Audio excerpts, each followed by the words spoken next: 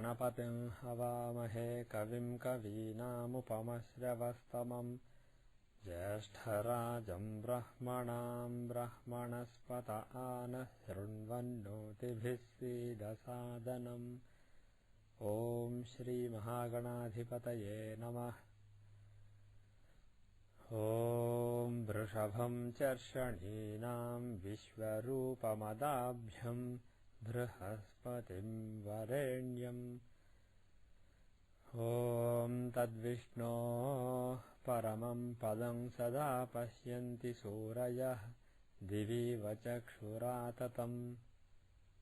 ॐ श्लीं ह्रीं ज्योतिर्ब्राह्माय नमः।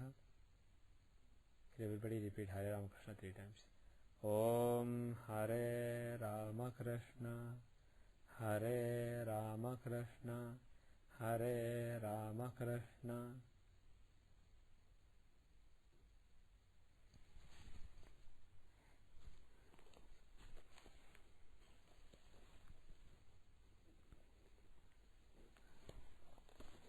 Okay, we are in the second half of the 11th house. Page number 230 in Santanam's version, chapter 24, and verse number is 127.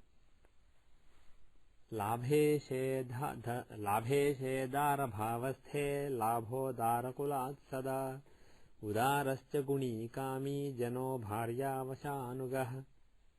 Okay. Labhe shedara bhavasthe. If the 11th Lord is in the 7th house, Labho Darakulat Bhavet.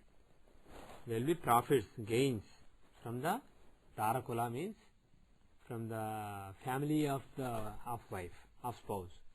Spouse's family results in some gains for the person. Udarascha Guni Kami. Udarascha means he is liberal. He liberally gives to people. He is a giver. Guni means he has good character, good virtuous person. Kami means somebody full of desires. Jano Bharya Vashanugaha. Jano means person, such a person. Bharya Vashanugaha means he is well controlled by the wife, basically. Bharya Vashanugaha means somebody who is controlled well by the wife, by the spouse. Now let's pass each of them. If the 11th Lord is in the 7th house, why is there gains from the wife's family?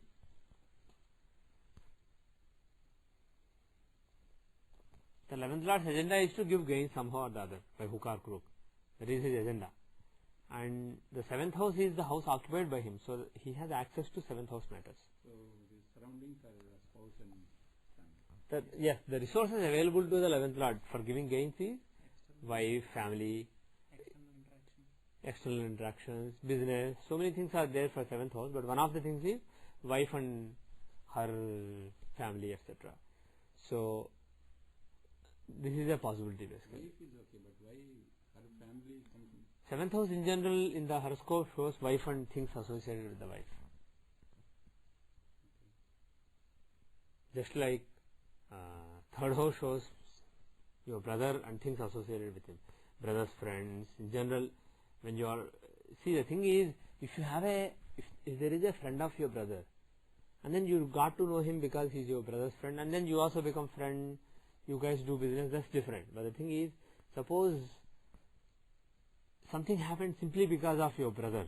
Suppose your brother is the central piece there. Then, even if it is a brother's friend, you don't say 3rd house is brother, 11th from there is the brother's friend, so Lagna shows brother's friend. It's not like that. From your point of view, whatever happened, that happened because of brother. So 3rd house will still show things. Brother's wife, brother's in-laws. If something happened in your life because of them, like a business venture or success or some strife, whatever it is in your life, it is coming through the 3rd house. But, okay. Yes. I was thinking we'll take from, in this case, family from 2nd house from 7th, because you can do that, but the thing is, then you are actually trying to be specific about wife's family. What's happening to them? If you want to see what's happening to them, and the thing is, what you said is right. If the the second from 7th is also important to see wife's family. So if the 11th lord is there, maybe there is lot of interaction, lot of gains from them. But the thing is, 7th house also can show. Just as you take the qualifiers from the house, 7th house itself is basically wife. So anything relating to wife is shown from the 7th house. So it can be wife's family or wife's, for all you know, wife's friend, wife's somebody who has to do, maybe wife's colleague. Basically, from your point of view in your life, that person's influence is through wife. Gateway is wife. Udarascha, he is a giver. Why is he a giver? Because he gets. Gets from whom? Gets from whom? I mean, 11th Lord always gives, but the thing is, 11th Lord always gives. So, wherever 11th Lord is, the person will get. From who, from what, how much, that is the question. But 11th Lord will only make the person get. So, simply because of that, you can't say he is a giver. What, how shows? Swami? I know.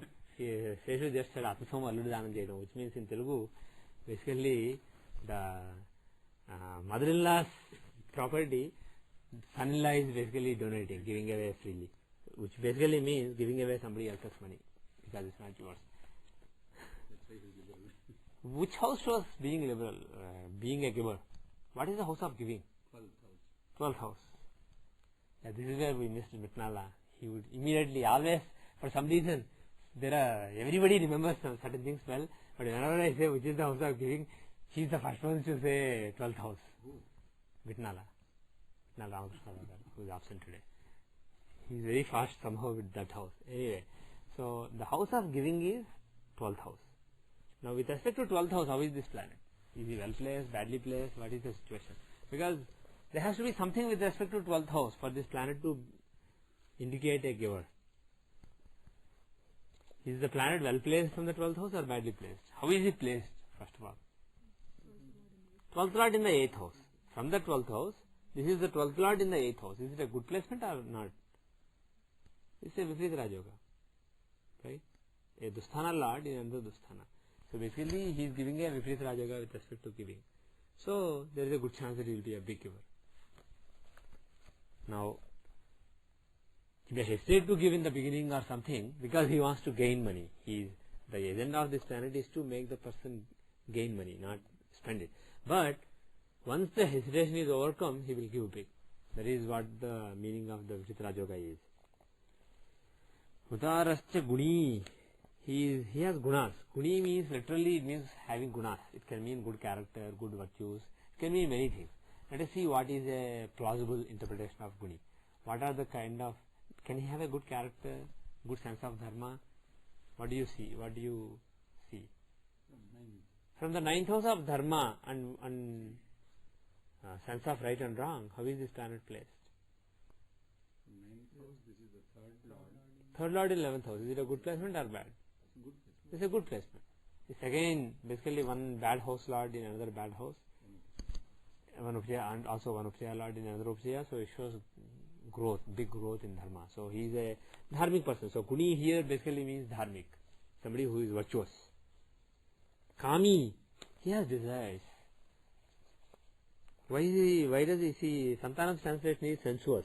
That is also possible, but in general, Kami basically means desire, having desires. It can be relating to sensuality or it can be relating to various other things. Bottom line is he has a lot of desires.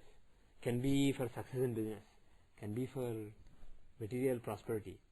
So it doesn't have to be for physical pleasures, but he has some desires. Kami means desire, desireful, full of desires. Why is he full of desires? Because being in the 7th house, he has a direct aspect on the Lagna. Okay. Lagna itself. Always any planet in the 7th house has a direct aspect on Lagna, right? But more importantly, 7th house, right? In this case, he is the 11th lord. 11th lord in 7th house. One Kamatrikona lord in another Kamatrikona. 7th house is the house of desire. And the 11th house is the house of fulfillment of desires. So when there is a link between any two Kamatrikonas, the planet will make the Kama higher. So the person has a lot of desires, and also there is a good chance that he will fulfill his desires. Now the last one, Bharya Vashanugaha. He is well controlled by wife. Why? Why is he well controlled by wife? I mean, it could mean many things. When we say well controlled by wife, actually, literally the word's meaning is bharya vacha anugaha, means somebody who goes into the control of wife. So it can mean that wife is cruel or commanding. It can also mean somebody who understands the wife's heart and who behaves in such a way that she is happy. Somebody who makes wife happy also is a possible interpretation of this. So should be what is the meaning of this? Does it mean wife controls him, wife is a control freak, or is he somebody who's very nice to wife and makes wife happy? Either way the result is same, right? Maybe. It is a different path, but the result is same. Not necessarily. In one case, wife is trying to control, neither may be happy. In the other case, if somebody is trying to please the wife is happy. The second way, sir. Okay, why? From the 7th house. Okay, so instead of seeing from the Lagna, he is looking from the 7th house. Because from Lagna there isn't anything really special going on. It doesn't show somebody subservient or anything. It only shows, being the 11th Lord in the 7th house, he has a lot of desires. And he is good in dealing with people, including wife, because 11th house is the house of friendship, 7th house is the house of relationship, wife, etc. So the house of the planet whose agenda is friendship is in the house of interactions. So in general, he is a dexterous handler of people. He is somebody who deals with people very nicely, very suavely. So the thing is, such a person getting into a weird situation of wife beating him up or wife trying to hit him, it doesn't arise. So he knows how to handle wife smoothly. So he is looking at wife's point of view now. How is from the 7th house? This is 5th Lord in Lagna. So is wife emotionally happy, or how is wife's emotional stability? 5th Lord in Lagna is very good. 5th Lord of emotional stability and Purva Punya in Lagna. So wife is happy. So wife is very happy and stable. She is very she has a pleasant time, and the person is also very good in talking to people.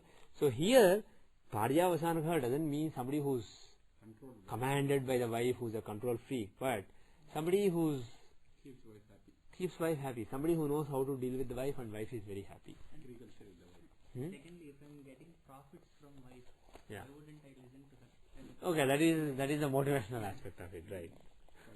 So basically, somebody who has a very pleasant relationship with wife both the ways. He gets his profits. His agenda is profits, he gets profits. And wife's agenda is, what is the wife's agenda? From the point of view of this planet, what is wife's agenda? I mean, what aspect of wife is the agenda of this planet? 5th house. Her emotional state, basically. So that is the agenda. So he will give her that emotional happiness. And from the agenda of this person, his agenda is gains. He will get what he wants. And wife is happy. Wife feels cared for. So anyway, let's move on to the next verse. लाभेशे रन्ध्रभावस्थे हानिः कार्येषु जायते तस्यायुश्च भवेद् दीर्घम् प्रथमम् मरणम् स्त्रियः. लाभेशे रन्ध्रभावस्थे. If the 11th Lord is in the 8th house, हानिः कार्येषु जायते. In his works there are some problems. Problem happens in his works. Tasyayushcha bhaved dirgham. His longevity will be very long. He will be long lived. Prathamam maranam striyaha. First his wife will die. First death will be wife's. Which means he will live longer. He will be a widower. He will live longer than his wife. Okay. Why? First let us see the first one. Why is there trouble in his works? Well, the 11th Lord, whose agenda is to give him gains and fulfillment of his desires, he is in the 8th house of tensions, troubles, anxiety. So the thing is, as we have seen earlier, any planet who is in the 8th house, he is told to give some tensions and anxiety, but he wants to give success. So a planet who wants to give you success and gains, if he is placed in a house where his job is to give you tensions, troubles, etc., which means there will be some problem in fulfilling your desires. There will be some breaks at least. It will not be a smooth ride. At the end, it may all be fine. If the planet is strong, suddenly everything may work out. But he has to go through some tensions. That is the bottom line. So things won't happen smoothly.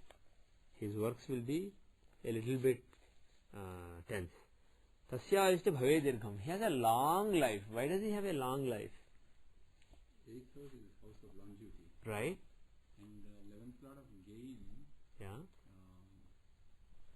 So he has to give gains. His job is to give some kind of gain, some kind of fulfillment of desire, relating to whichever house he is in. If he is in 5th house, he will give scholarship, children, etc. If he is in 6th house, he will give enemies and desires, enemies and obstacles. If he is in 7th house, he will give good wife and also gains from wife's family, from wife, business with wife, etc. And also gains in business. We haven't said that in the previous verse, but it also 11th lord in 7th can also mean gains in business. It is very good for business. Anyway, now coming back to 8th house, somehow some signification of 8th house which is positive, there can be gains in that, and longevity is one of them. Sadhana, longevity, this kind of things. He can give gains in that, so he can have good life. Moreover, taking the 8th house of longevity as Lagna, this planet is 4th lord in Lagna. 4th lord in Lagna is a good placement. Kendra lord in a Lagna.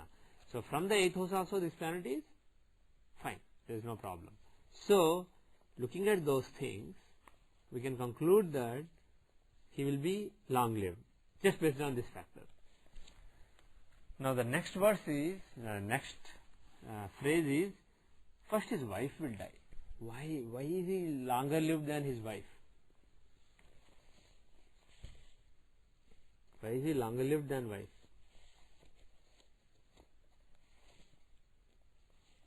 Long living from wife means it is wife is. Wife will die, but he will still live. So basically he has a higher longevity than wife. I mean, is this planet showing excellent long life for the wife? That is the bottom line. From the 7th house of spouse, how is this planet? 5th lord of Poor Punya, that is good, but he is in the second house, Margasthana. So, depending on other things, he can give that to wife. Bottom line is, he is in Margasthana. He is not really showing long life for the wife. On the other hand, he is showing long life for the person. So, the thing is, in general, planets in the 8th house, they are in Margasthana for the, they are in the Ayusthana for the native, but in the Margasthana for the wife. So, basically, he can show longer life for the native than for the wife. 11th lord in the 8th house, can it indicate any kind of lottery related? Yes, absolutely. 11th lord gives gains. 8th house is inheritance, lottery, etc. So some sudden gains are possible. Suddenly one day he can win a lottery, or he can actually suddenly somebody can say, "Oh, you got $1 million." Of course, these days those mails come, but those are not real. Those are all From Africa gives $1 million. right. Somebody in England, somebody in Namibia, somebody in Nigeria, Africa. Those people send mails saying, you have to send your social security number, your name, your phone number, all the details, and then you will get the inheritance of a few $1 million. So we are not talking about that. So anyway, so it can really happen, even though it's a scam these days, it's a scam these days. Really, somebody can suddenly inherit $1 million or a big amount of money. So that kind of windfall, either in a lottery or a inheritance, is also possible. That is definitely a possible. 11th lord can also show friends. Yes. So 8th house shows problems. Mhm. So can we combine? It can show problems in friendship. It can also show somebody who works hard for friends, because his agenda is 11th house, friendship. So he wants to promote friendship and do something for friends. And 8th house is hard work. So it can show somebody who works hard for friends, who's a karma yogi and he is always working for his friends. That is a possibility. Another possibility is from the 11th house itself as Lagna, right? Taking friends as Lagna. This planet is Lagna Lord in 10th house, so it shows very powerful friends who are in a who have a very good status in society, who have very good respect in society because of the work that they do. So that is also possible. There are so many possible results. Why is that? That's because he is From the 11th house as Lagna. Lagna Lord in 10th house. Lord in 10th. So it can show Lagna Lord in 10th in general is a good placement. 10th house is the house of honor, respect, the work that you do.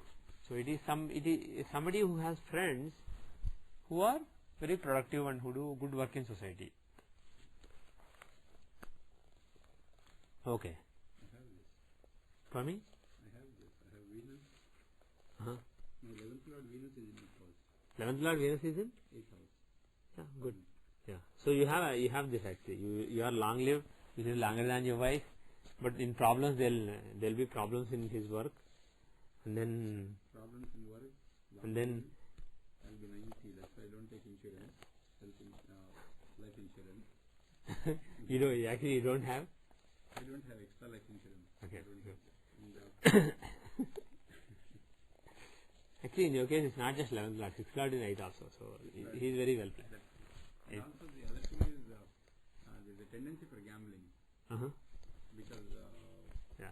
There is a chance of gains in 8th house is gambling. gambling and Correct. 11th Lord in this. So, There is a chance of success in gambling. and also I lose. So there is a tendency and But there is a chance of one day suddenly gaining. that's the hope. Also, it can show powerful friends. Maybe they are not in this room, but in general, having good friends. Friends who do good work, basically, 10th house. Now the next verse is Labhe se bhagya bhavasthe bhagyavan jayate narah chaturah satyavadi cha rajapujyo dhanadipah. Labhe se bhagya bhavasthe. If the 11th Lord is in the house of fortune, in the 9th house, bhagyavan jayate narah. He is fortunate. Chaturaha means he is clever, skillful. Satyavadi cha. Who has it? Who has it? He has it, okay. Chaturaha, skillful. Satyavadi cha, truthful. Rajapujyo, respected by kings. Dhanadhipaha, owner of wealth. Of course, everybody is owner of wealth. The question is how much. But the fact that he mentioned that means owner of good amount of wealth. So you can ask him for loan. You can try. But just now he found out that you have 11th Lord in the 8th house, so he knows that you will put it in stock, so he won't give He you. wouldn't give. Because he is Chatura, he is clever, skillful. Clever. Yeah. Okay, anyway, let's parse each of them. If the 11th Lord is in the 9th house, he is fortunate. Why is he fortunate? Well, there is a gain of fortune. The 11th Lord of gains is the house of fortune, so he will give gains relating to that. He is also aspecting 11th house. What are you talking about? Will he? No. You have an example in your mind where 11th Lord is probably Saturn or somebody. Yeah, right. Saturn? No. Hmm. I was just thinking about something. Okay, fine. I was just thinking about Yeah, if he is Saturn, he will have a full aspect. Other planets will have a 1/4 aspect. So, your statement is not entirely wrong, but it's 1/4 aspect, which we usually ignore. Instead of saying there is an aspect. So, anyway. So, if the 11th Lord is in the 9th house, that person will be fortunate.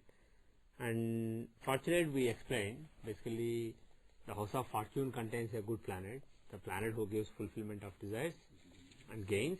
So there will be gains in the matter of fortune. He will be very fortunate. Chaturaha, why is he skillful though? How do you see skill? What kind of skill is he talking about here? In general, you can see some skills from the 3rd house and also some abilities from the 5th house. Right? If you take the 3rd house here, the 9th Lord is in 7th house. From the 3rd house, the 9th Lord is in the 7th house aspecting the 3rd house. From taking 3rd house as Lagna, 9th Lord is in 7th house aspecting Lagna. So, the 3rd house of some special skills, etc. and taking initiative, that is fortified. And taking the 5th house of abilities, general abilities of the person, scholarship of the person, taking that as Lagna. The 7th Lord is in the 5th house aspect. 7th Lord is in the 5th house, having half aspect on that house, on Lagna. So, basically, both the ways, either trine Lord is in quadrant or quadrant Lord is in trine. So, both with respect to 3rd house and 5th house, this planet is well placed.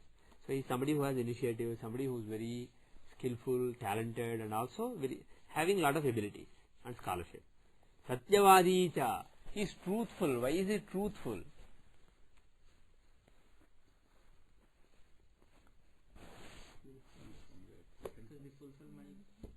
Okay, let's take the 2nd house of speech.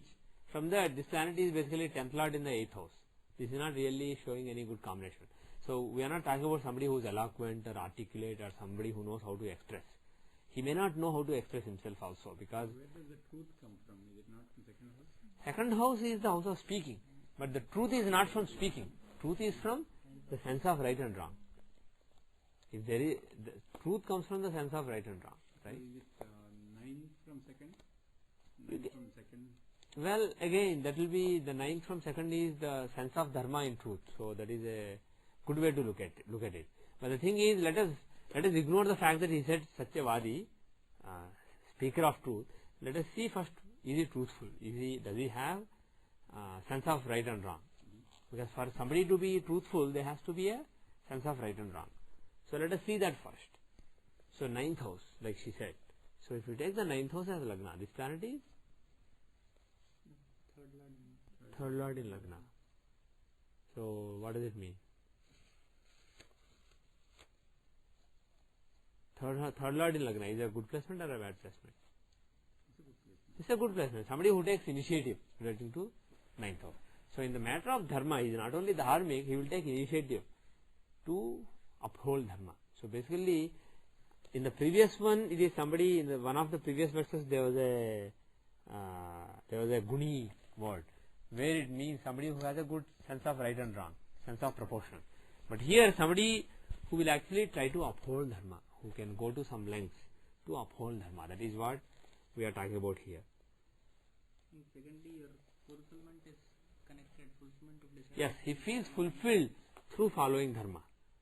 11th house of fulfillment, the Lord is in the 9th house of dharma. So he feels fulfillment of his desires if he follows dharma. So dharma is very important to the person.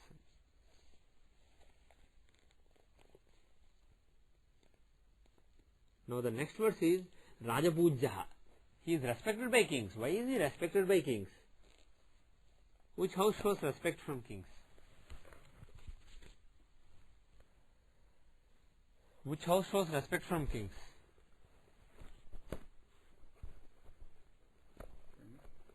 Normally 10th house is the house of respect, honor, etc. Right? But with respect to 10th house, is this planet that great? Just based on this planet. Second lord in 12th, is it a good placement or bad placement?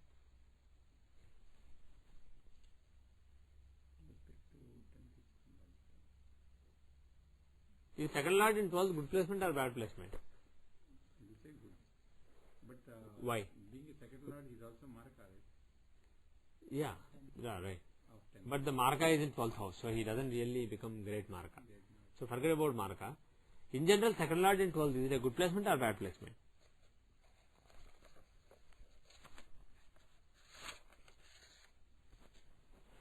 Good placement or bad placement? He's supposed to be using his resources, sir. So in one way it is Yes. depends on what It depends on the context. See, second lord in general from Lagna, if second lord is in 12th house, second lord shows wealth. But the 12th house is the house of giving. So the thing is, he will get losses, he will be giving away like that. So from the point of view of wealth, it is not good. But here you are talking about karma. So second house from 10th house is the house of resources for his karma. What basically can be used for his activities. Whatever is there to use for the activities, it has to be used. It has to be put to use. Then only there will be some work done. So in other words, from any house, if the 12th lord, second lord is in 12th house, you are basically putting things to use, the resources of that house to use. So especially in the matter of karma, it is actually a good thing. So somebody who does big karma, that is what it means. So that way he has somebody who is doing good work, big work. So that way he can be Rajapuja, he can be respected by kings. But more importantly, more than 10th house, if you look at the 5th house here, like we said earlier, 5th house is very strong. 5th house is the house of fame, etc. It is not just among kings, but also among general people. So 5th house is the house of fame and following. So from that point of view, that house is much stronger. From the 5th house, the 7th lord is in 5th house. So he will have fame and following, etc. Dhanadibha, why is he wealthy though? Why is he wealthy? How can you say wealth here? Where is wealth coming from here? Second association. Hmm? If we have a second house association. Yes.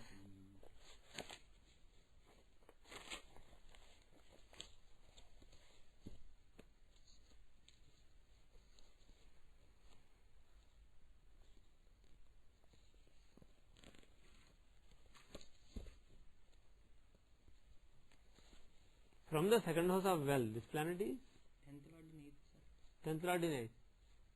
So, is it good or bad? 10th lord in 8. 10th lord in 8, not very good placement. Yeah, it shows somebody who will be in a good position at some point of time, but in general, checkered career. 10th lord in 8 shows a checkered career, but there will be a period of time when he will have a sudden rise, because 8th house is the house of suddenness. So there will be some sudden rise and he will have some good position, reach a high position at some point of time. But in general, checkered career. That is the meaning of 10th lord in 8th house. This is with respect to the But second house. with respect to the second house of wealth, this planet is not that well placed. With respect to wealth, the 10th lord is in 8th house. So he is not showing. So this is not wealthy in a classical context. He is not a wealthy person. That is not the meaning of Dhanadhipa here. That is why he didn't say Dhani, wealthy, that kind of expression. He said he has some wealth. Dhanadhipa means owner of some wealth. So he is not. He used a different word. It can also mean somebody who has money. Basically, it doesn't necessarily mean wealthy. What is special actually in that context? For me. Why, if it is not anything special, why even that context? One second, that's what I am coming to. So what else can it mean? He is saying something with money, but it doesn't seem like this is a combination for great wealth. So what is the possibility? Well, apart from second house, is there any other house which you see for wealth? 9th house is overall fortune, but 11th house is the house of gains, getting money. So 11th lord is well placed, he is not right. So somebody who has money in circulation. So here, this combination means he is not somebody who has huge bank balance, but he has money in circulation all the time. He doesn't have to look for money.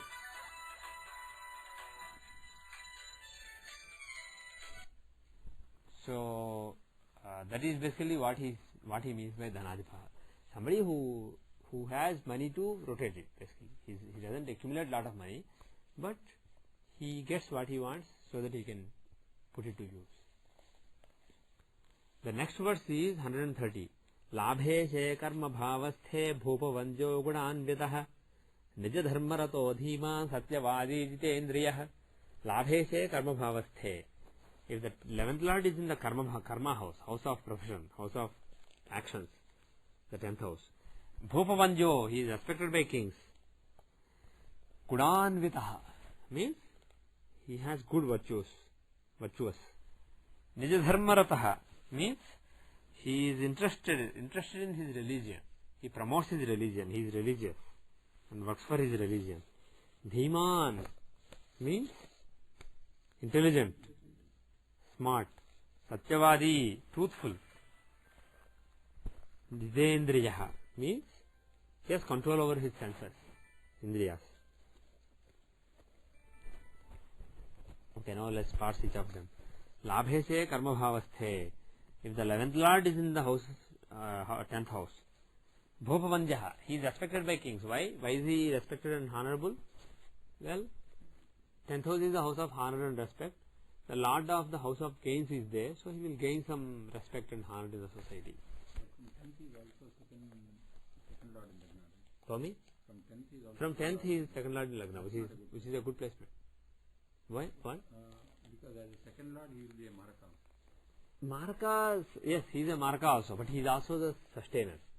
He is also sustainer too. So the thing is, second lord can be Maraka, but the thing is that is in the presence of other afflictions, etc. Second lord is also if he is afflicted, he is the one who cuts off the food, which means gives death. Whereas if he is strong, he is the one who gives food, who feeds you and who makes you strong. Yes. Benefits are from. It depends on the afflictions, is in a friendly place, all those things. But the bottom line is, one possibility is, because the second lord is in Lagna from the 10th house is strong. He will do good work, he will have good honor and respect in the society, etc. But why is he Gunanvitaha? Why is he virtuous? How is ninth house? From the ninth house, this planet is third lord of initiative in dharma, and he is having Argala on dharma. So like we said earlier, planets with Argala on ninth house will promote dharma. So he is giving dharma to the person. So he is dharmic. Nija dharma rataha. Again, he is interested in his religion because the planet has Argala on ninth house. Moreover, his agenda is third from ninth. So basically, initiative with respect to religion. So he will be an activist with respect to religion, because the planet in the 10th house shows actions, and he is the 11th lord, which is the third from ninth house. So initiative with respect to religion is one of the agendas of the planet. Being in the 10th house, we will make him an activist of religion. So he is a religious activist. Nidharma ratah Dhiman. He is intelligent. Why is he intelligent? Where is intelligence coming from?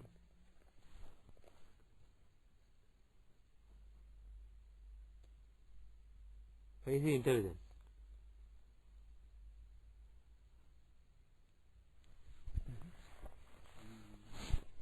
Intelligence will come from Fifth house shows intelligence in general. How is this planet? also from first house, right? Because Yes, first house also is the seat of intelligence, either house. Which, okay. So how is he with respect to fifth house and how is he with respect to Lagna? First see Lagna. With respect to Lagna, this is 11th lord in a quadrant. So that whatever intelligence Lagna shows, that is very strong. So he is basically somebody who is smart, somebody who has good presence of mind, etc. But with respect to fifth house, that is basically the scholarship, knowledge, and also following. He is 7th lord in 6th. Is it good or bad? not very good. Why? It's not very good because he is a 7th lord. Yeah. Who is in 7th lord, see, 5th house is knowledge and scholarship. 7th lord's agenda is to interact, to engage in interactions relating to knowledge. So 11th lord is very important for scholarship because he shows not just a scholar but somebody who interacts in the matter of knowledge. Somebody who puts his knowledge to use by interacting with people, right? Now he is in the 6th house. Is that good or bad? 6th house is the house of fights and quarrels. Pardon me? It's an upajaya, increase of following, increase of fifth house, increase of knowledge, increase of scholarship. Moreover, 6th house is the house of fights. See, 7th lord in 6th shows interacting and fighting, which is bad in other matters. But when it comes to knowledge, how do you show off knowledge? By fighting with people. Not really fighting means with a sword. You say you disagree and then you show why you disagree, you contest. So knowledge actually flourishes when there is a contest. So from that point of view, from the 5th house, always 6th house is very important for putting the knowledge to use by arguing with people. That is why that is the 10th house of actions, activities. Now 7th lord in 6th in general is bad for relationships because you are fighting. Right? The 7th lord of interactions is in the 6th house of enmity. So you create enemies. But in the matter of knowledge, that is a good placement. You basically interact with people in an argumentative way. You basically engage in arguments, intellectual arguments. So basically that is good for knowledge. Since it is also good with respect to Lagna, we can say that the arguments are also well put. Well put. He is not a fool, exactly. Also from the house of second house, the house of speech. 10th lord is in the 9th house. So he is an excellent speaker. So he is an excellent speaker. He knows how to argue in the matters of knowledge. I see. Very good at arguing with people. Yeah, I see. Very intelligently argues. Very good. Yeah. So here the intelligence is more in the matter of dealing with people, arguing, speaking, etc. more than just having lot of knowledge, etc. In different charts, different combinations, knowledge comes across in different ways. So here that is the meaning of Dhima. The next one is Satyavadi, truthful. Why is it truthful? Well, because of Lagna association. okay. The 9th law, if you take 9th house of Dharma, the planet, the third lord of initiative is in the communications and initiative is in the second house of speech. So he speaks for Dharma. And also he has Argalan Dharma. So basically he is a dharmic person. And he is truthful. Jitendriya. Why is he Jitendriya? Jitendriya means one who has control over senses. Why does he have control over senses? Senses are there from Huh? senses. Yes. Any control, basically control over senses, you can also say overcoming your weaknesses, right? Overcoming Arishadvarga. So sixth house is the house of, you can look at senses as your enemies. So sixth house is the house. So this planet, so sixth house is your, how well you fight. So with respect to sixth house, this planet is the sixth lord in fifth house. Is it a good place to? Sixth lord in the fifth house. Dhimanta Yoga with respect to sixth house. In the matter of overcoming obstacles, overcoming enemies, there is Dhimanta Yoga. Moreover, another thing is apart from sixth house, which in general shows enmities and fights, the quarrels and the wars, the battles you have to fight, 10th house itself also shows the control over Indriyas. 10th house is the house of Indra, Indrasthana. 10th house is called Indrasthana, right? Because, I mean, it is actually a little philosophical. The thing is, the work that you do in the society, when you actually go and do the work, it is basically how you are in the society. 10th house is the center of your being in the society. 7th house is interacting with other people, but 10th house is what puts you amid other people. When you are amid other people, basically, your senses, there are so many inputs coming into your senses, which can make you want something. For example, you may be doing good work, you may be the Prime Minister of a country, you may be the President of a country, and in your White House, she may be attracted to you. Like that, basically, you come across a lot of people. With a strong 10th house, you come in touch with a lot of people. And then they will pose various challenges in terms of kama, in terms of krodha, in terms of lobha, etc. So how you basically resist all that? That is the control over senses. So Indriyas are called, Indriyas get that name from the word Indra. And Indrasthana is the house of control over Indriyas. So from that point of view also, and also it is the fifth house of Purvapunya with respect to sixth house of overcoming enemies. So 10th house is considered in literature to be an important house for control over Indriyas. So here in Maraka you can Well, you can say, no. 10th house is not really the house of succumbing to Indriyas. It is the house of Indriyas. You can either succumb or you can overcome, either. and the second Maraka. And here, like you said exactly, the second lord, the Maraka, is basically in the 10th house. So there is a good chance, there is a chance of overcoming the Indriyas. So once you've stated that a particular house has a particular kama, krodha, lobha, moha. Yes. So with respect to each different house, can we see the implication of what? We can try to, but more than in Rashi, probably in Trimshamsa. Right.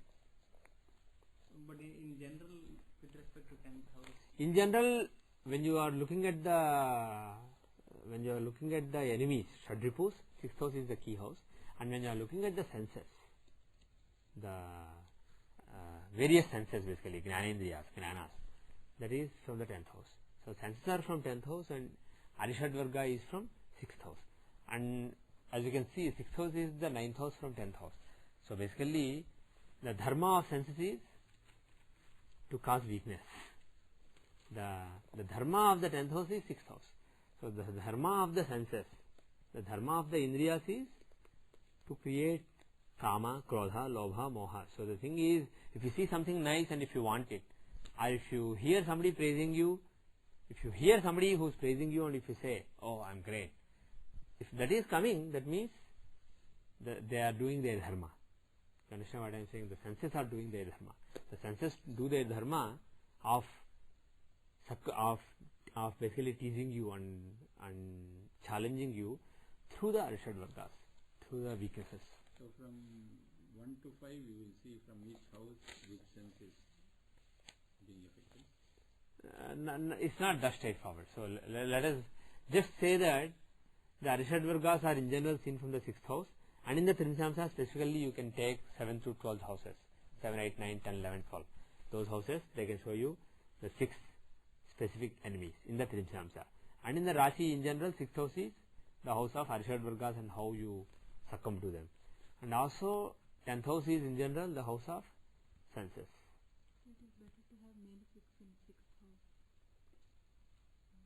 So that you can fight better. Right. So the thing is, in a lot of classical combinations, the 10th house is seen as the house of purity, because this is the Indrasthana. Indra is the king of gods, but also the Indra inside you basically. Indra also falls so frequently. Indra causes pride basically, and he falls. So similarly, the 10th house can show meritorious work, and also it can show fall into the lure of the Indriya. Now let us go to the next verse. Labhe che labha bhavasthe labha sarveshu karmasu pandityam cha sukham tasya vardhate dine dine. This is very straightforward. We will just rush through this. If the 11th Lord is in the 11th house, in all his activities there will be gains. Pandityam cha sukham tasya. He will have excellent scholarship and he will be very happy. Vardhate cha dine dine. He will keep increasing every day. Okay. Now first one, if the 11th Lord is in the 11th house, he will have all gains. In all his activities he will have gains. Well, 11th Lord is in 11th house, he is very well placed. So he is very profitable and gainful. Pandityam, why does he have scholarship, knowledge? Where is scholarship coming from? 5th house, 7th Lord is in 7th house, aspecting 5th house. So he is very well placed from the 5th house. So he is a good scholar and also interacts in the matter of scholarship. He will have very good following, yes. But why Sukham? Sukham Dasya. Why is he happy? Where Sukham is comfort, happiness. From the 4th house, this is 8th Lord in 8th house. Good placement or bad placement? Good placement. Huh? Wrong. Sarala Yoga. Harsha, Sarala, Vimala. Okay. So, but bottom line is it's one of those 3 important yogas. So, Dusthana Lord in the same Dusthana, so it is very good. It shows excellent growth for the unexpected gains coming for his comforts. So 4th house is very good. Also Lagna, we said earlier, apart from 4th house you can see from Lagna itself, and from Lagna also this is 11th Lord having Argala on Lagna, right? So he is well placed from 4th house as well as from Lagna, so he is very happy. Now the last one is Sukham Tasya, Sukham Tasya Vadhve Dine Dine. His comfort and happiness keeps increasing every day. Well, with the planet being in the 8th house, that's not really surprising. So that is done. Let's go to the last verse. Labhe che vyaya bhavasthe tatkaryeshu vyaya sada kamuko bahupatniko mlecha samsargakarakah. If the 11th Lord is in the 12th house, labhe che vyaya bhavasthe, if the 11th Lord is in 12th house, tatkaryeshu vyaya sada. In good work, good activities, he keeps spending money always.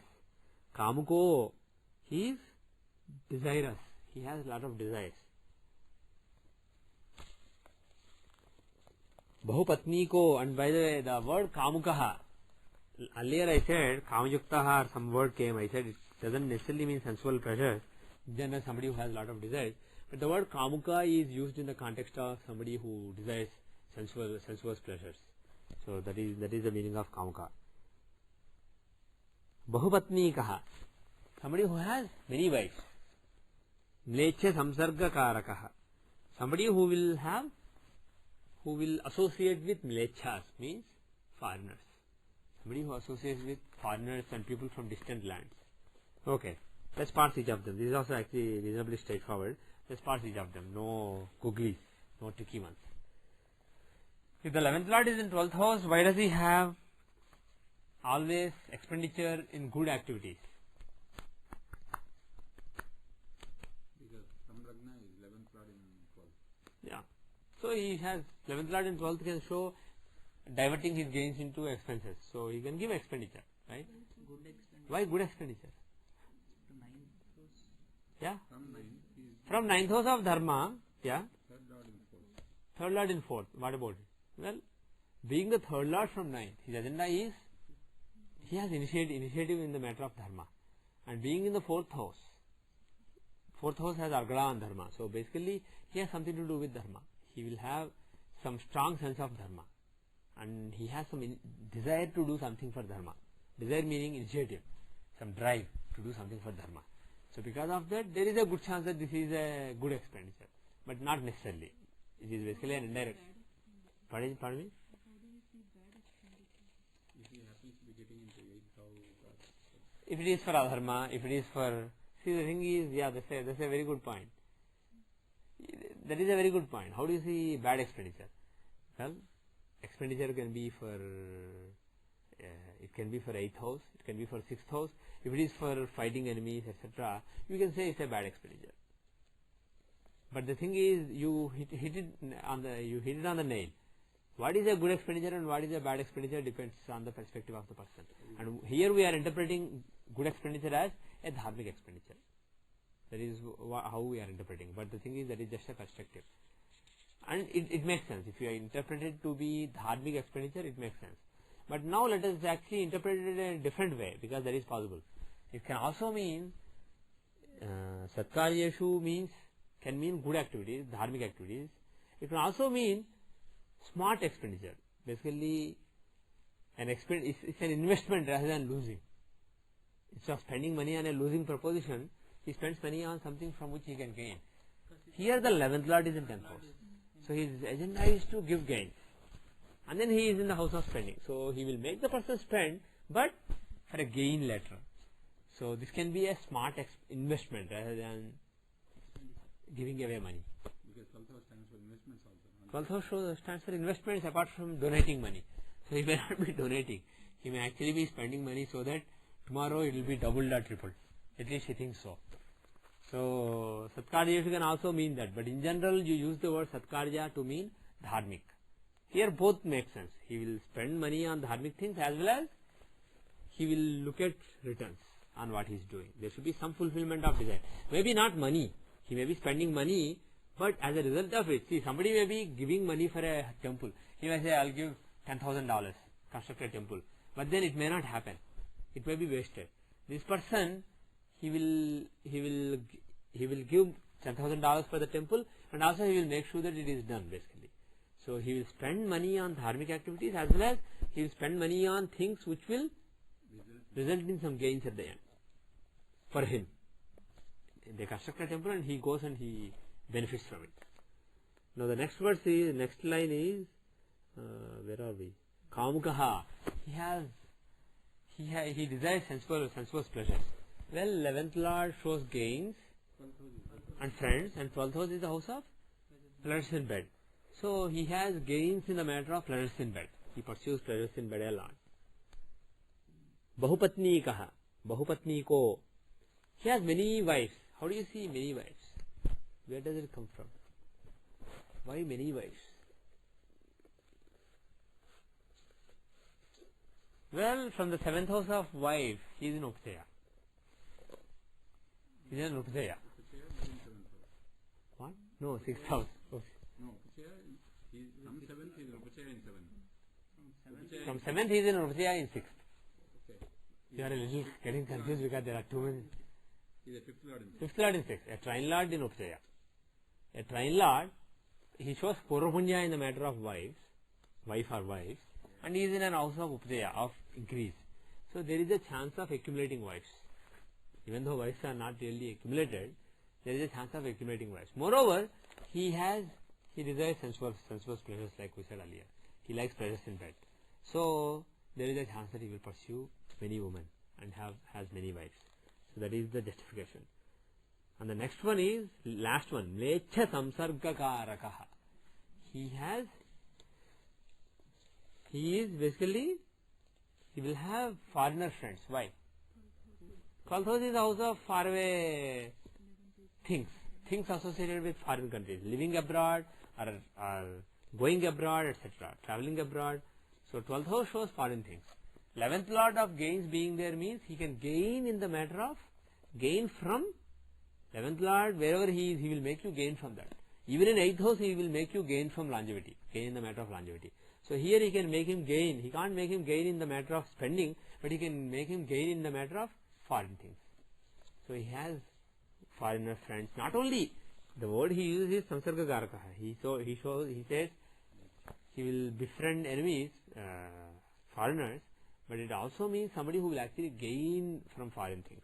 Not only has friends among foreigners, he will have some gains because of it.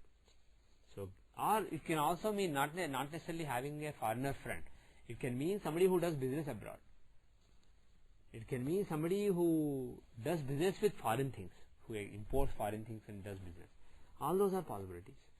But the bottom line is, he gains from things that are foreign, things that are far away from his motherland. Invest in foreign things. He may invest in foreign things, or he may gain from foreign things. Bottom line is, his gains have something to do with foreign. There is a foreign element to his gains. That is the bottom line. So with that, we are done with BPHS today. Small question. Yes, go ahead. If he is actually trying to pursue many women, then can you actually say that he would spend a lot in dharmic activities? Is there a... No, that is possible. With respect to 9th house also, he is well placed. With respect to 7th house also, he is in Utsaya.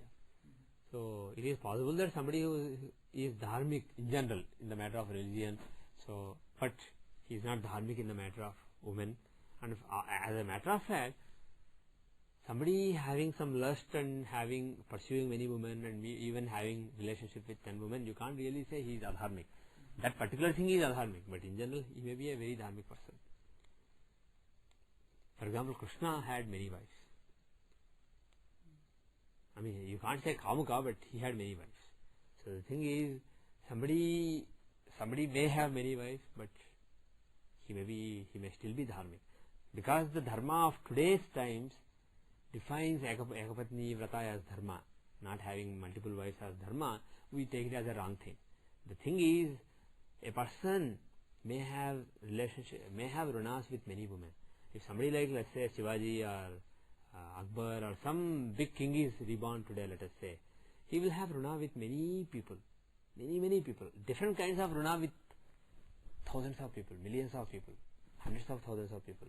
So the thing is, to fulfill runas, there are many people who want to actually, because he helped so many people in the last life, many people want to come and have a relationship with him, all kinds of relationship, including sexual relationship.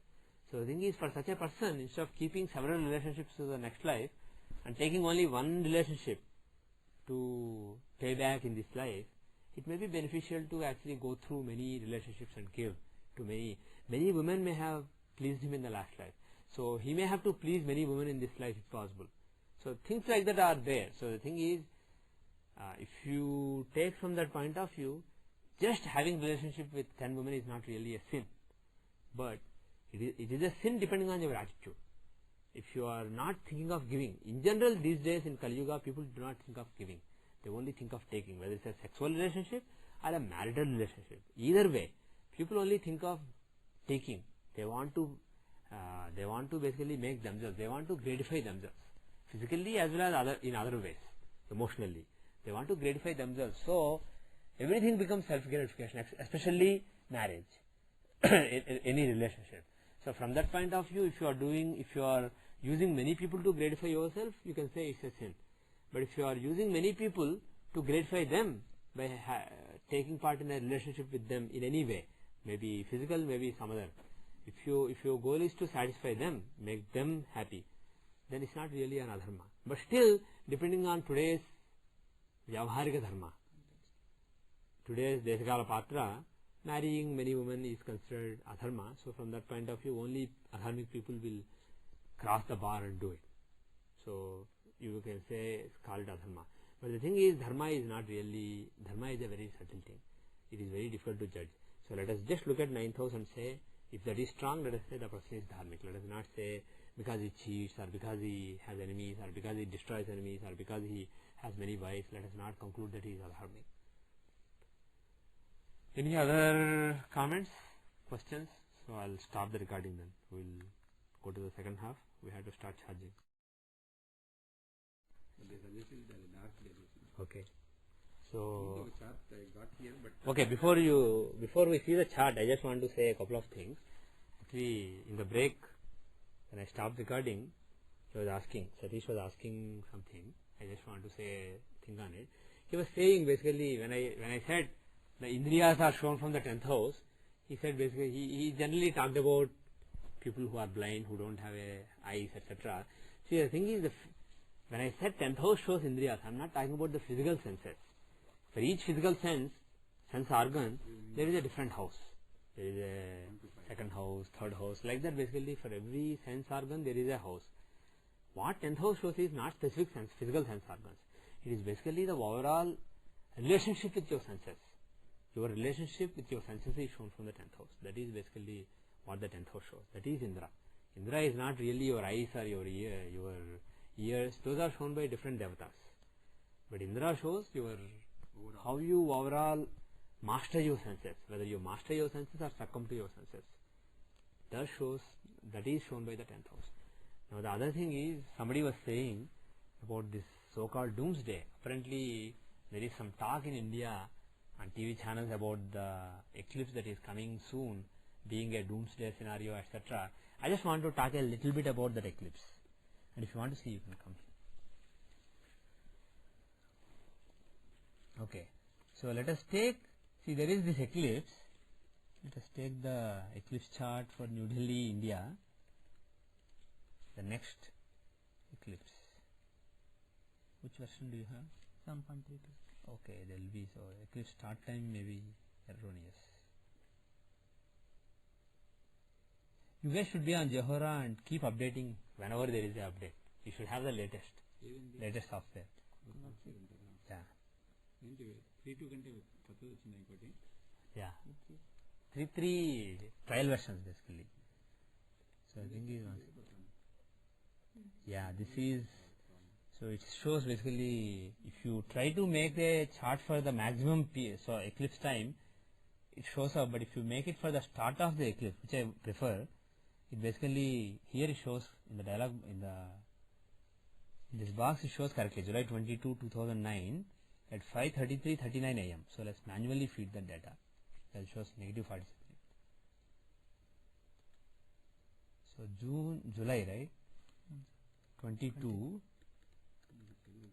What is the time? 5:32? 3:39 అనుకున్నాను sir. 33:39. That's okay. 1 minute. 5:33:39 AM in New Delhi. So we are making a chart for the start time of the eclipse in India. July 22, 2009, 5:33:39 AM in Indian Standard Time. New Delhi, 77 degrees 12 minutes east, 28 degrees 36 minutes north. So the thing is, first of all, this eclipse has Lagna containing Sun, Moon and Ketu. Basically at the time of the eclipse, this eclipse is happening around the time Amavasya ends. This is towards the, not at the beginning of Amavasya but at the end of Amavasya. So basically Sun and Moon are extremely close. Ketu is at 6 degrees in Cancer, Sun is at 5.5 degrees in Cancer, and Moon is at 4 degrees in Cancer. So Sun, Moon and Ketu are within 2 degree range. There is a 2 degree orbit in which Sun, Moon and Ketu, everybody is there. Moreover, Lagna is also there. That is the tricky point for India especially. Lagna is at 4 degrees. Cancer 4 degrees.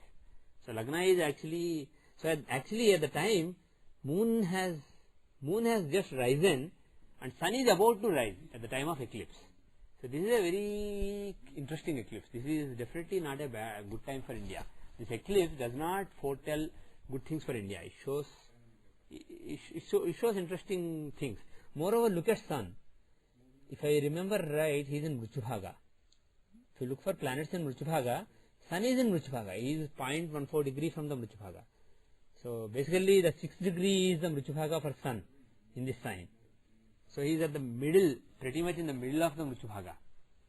So Sun is in Mrityubhaga and he is also the second lord in Lagna. Second lord is Marka. Second lord Marka in Lagna in Mrityubhaga, afflicted by Ketu.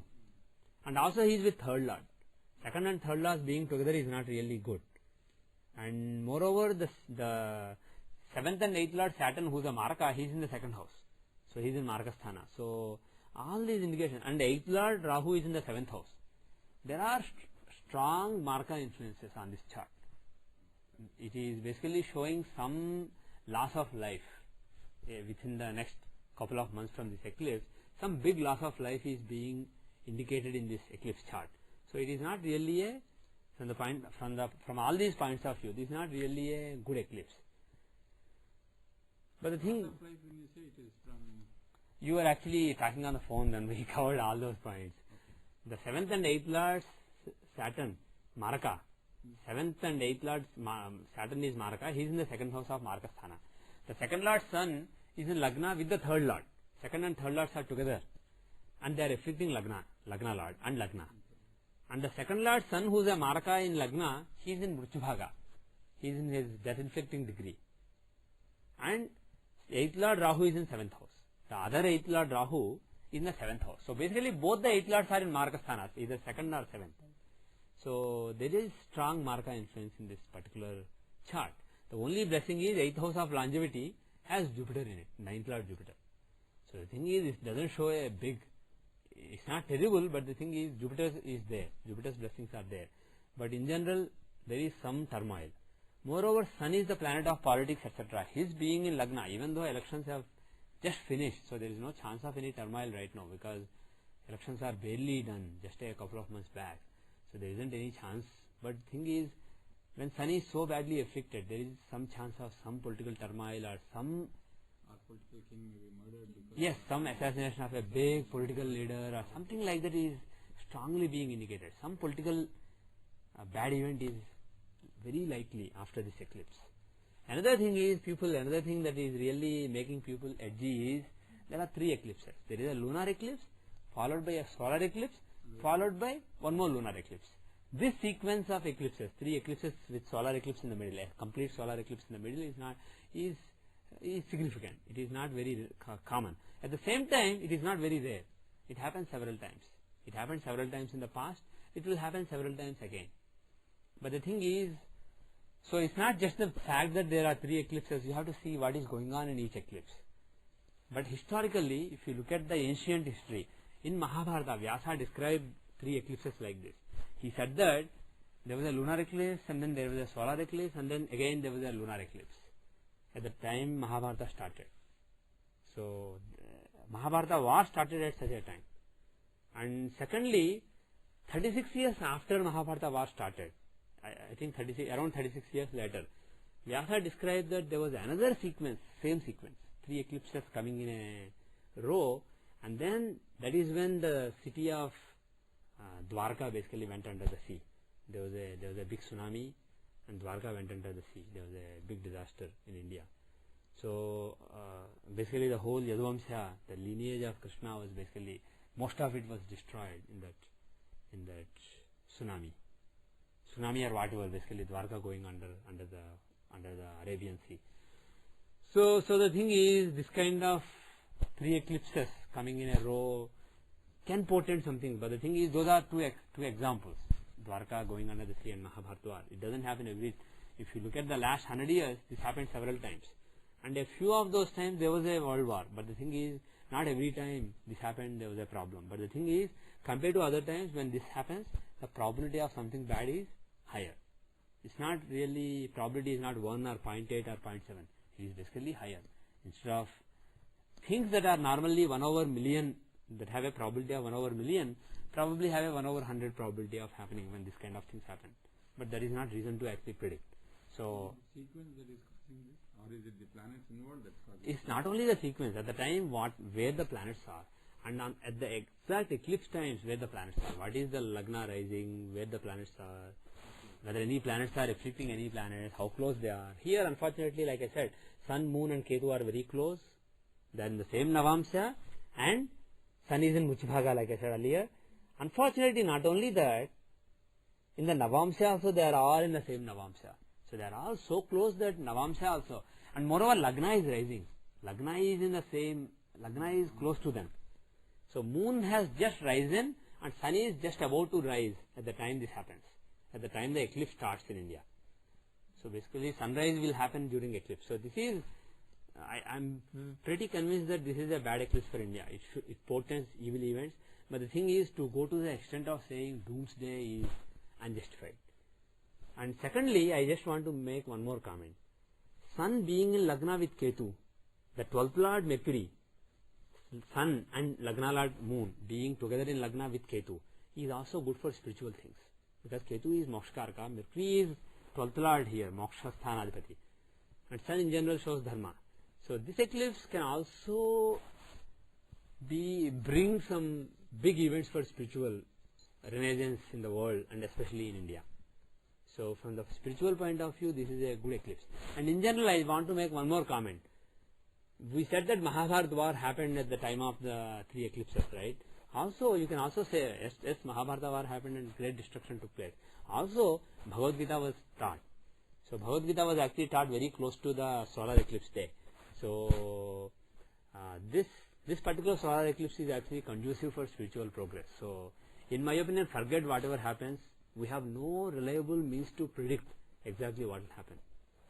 But the thing is, there is a reason to believe that there won't be a doomsday, because if you look at the lunar eclipse charts, they are not that bad. Only the solar eclipse chart is bad, and also even in this chart there are redeeming factors. So it's not really that terrible. So and in any case, people who believe in these doomsday scenarios, they have a view that also there is actually another point of view that in 2012 world is going to end. There is apocalypse, or there are certain views. But the thing is, in our belief, in the belief of rishis, in the Veda Dharma, there is nothing called apocalypse.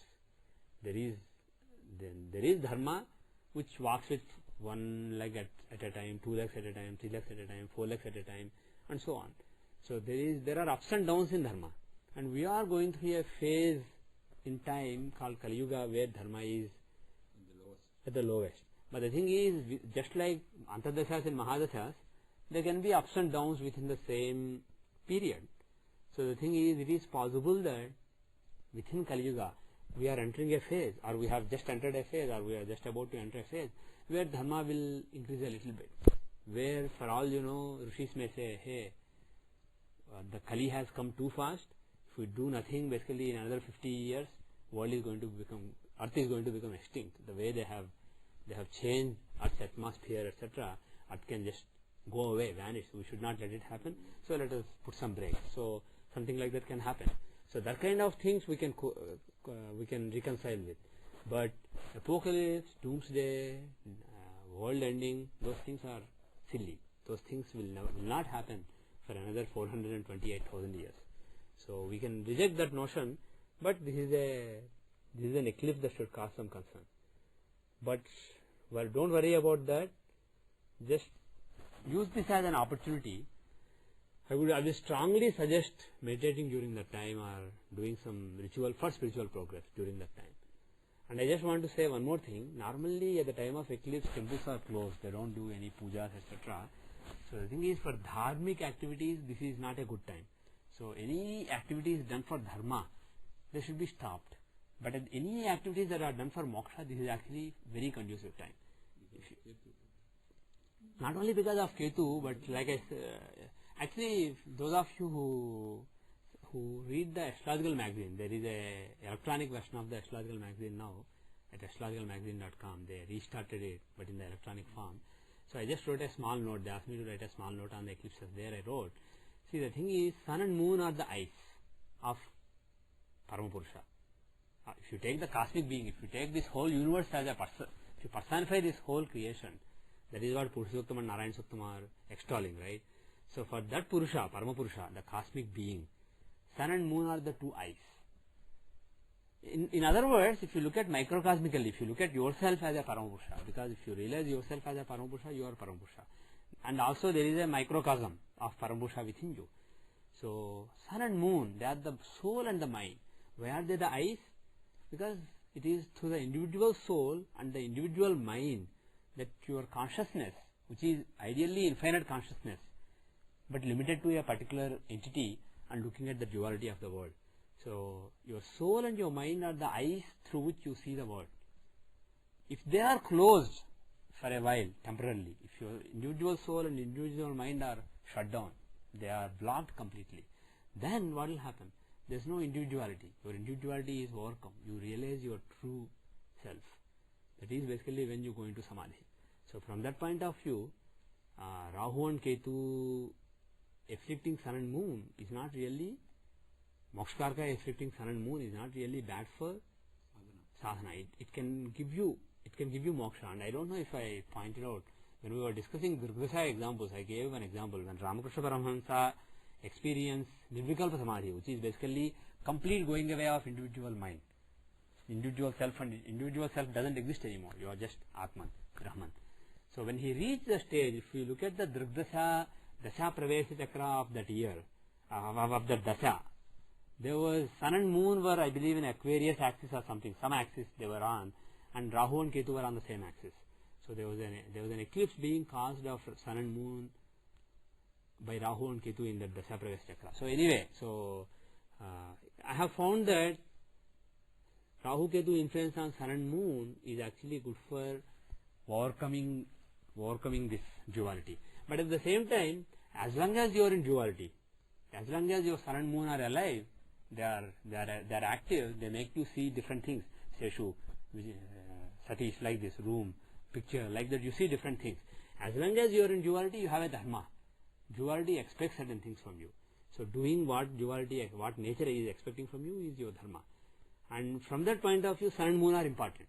So to do your dharma in the duality, sun and moon are useful and Rahu and Ketu are obstructions. But from the point of view of merging in non-duality, leaving your individual dual self, sun and moon are problems and Rahu and Ketu are the solutions. So it's the opposite from the duality point of view and the non-duality point of view. So bottom line is, if you do a ritual as a daily ritual or as your dharma, if you are doing something for dharma, then this is not really a good time. That is what temples do. Temples are not for moksha. Temples are for doing the dharma, doing collective dharma of the society, so that people do their job better. So temple activities naturally are blocked during this time. But if you want to meditate or even do a homam or any ritual for that matter, with your only goal being spiritual progress and spiritual evolution, then this is some shastras say 1,000 times more powerful than regular time. So, and especially this eclipse, in my opinion, is a very powerful eclipse. Like I said, this is the middle eclipse of a 3 eclipse sequence, just like at the time of Bhagavad Gita transmission. So this is a very good eclipse, so do meditate at this time. So except that I don't really have any other comments. We will see what time reveals, what will unfold, but something will happen in India. That is my feeling. Now we will see. I'll actually stop and